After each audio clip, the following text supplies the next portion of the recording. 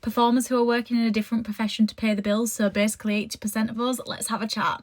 Now, I think it's very safe to say that there are lots of performers that are working in a different space to what they originally anticipated they might do, and I feel like that is a really hard pill to swallow.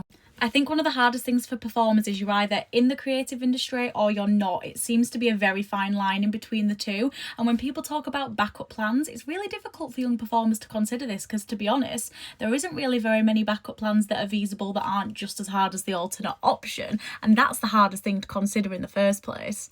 That's why you see so many performers in professions that are sociable and work with people. Nurses, like the medical profession, like we move and we twist and we turn and we use all of our skills for different things because performers are so versatile. Our social skills are amazing. The way that we deal with people, incredible. We can work so well in so many jobs, but it doesn't fulfill us. It doesn't mean it's fulfilling.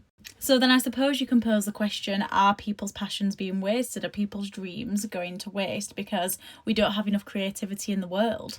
I think it's also very easy for young performers to be taken advantage of because they will do anything just to be performing, therefore getting underpaid, undervalued, overworked, etc, etc. And I ask myself the question every day, is it because there's something broken in the system or is it just that kind of industry? And I don't think I'm ever going to find the answer. Now, we've got to remember, as performers, if we are happy and confident in our careers, that's not always something that people are so supportive of. Like, a lot of the time you'll hear people say to you, you go to work to earn money and then you have your social time to enjoy your life. Work isn't meant to be pleasurable. It's not meant to be fun. You're just meant to go there to earn a living and that's it. But for performers, it's different, right? But then is the downfall of our industry the fact that actually it's so difficult to actually get into, to live this life where you are so fulfilled by your career that the struggle to kind of get there is what you pay for?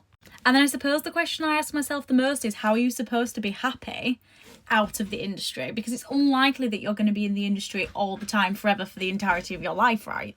And I know as performers, a lot of our happiness depends on when we're performing, when we're in work, and when we feel that performy feeling. I know it does.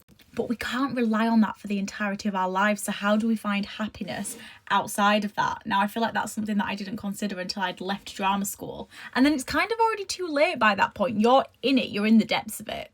And listen, I understand that I'm just sat here firing open-ended questions to you, but the reality of it is that I don't have the answers either, unfortunately. I wish I did. But I honestly think the best thing you can do as a performer working in a different career to what you originally intended, that you think is great for creative people, is to comment it down below so young people can see what the different options might be and what actually might bring them joy in their lives. What have you learned?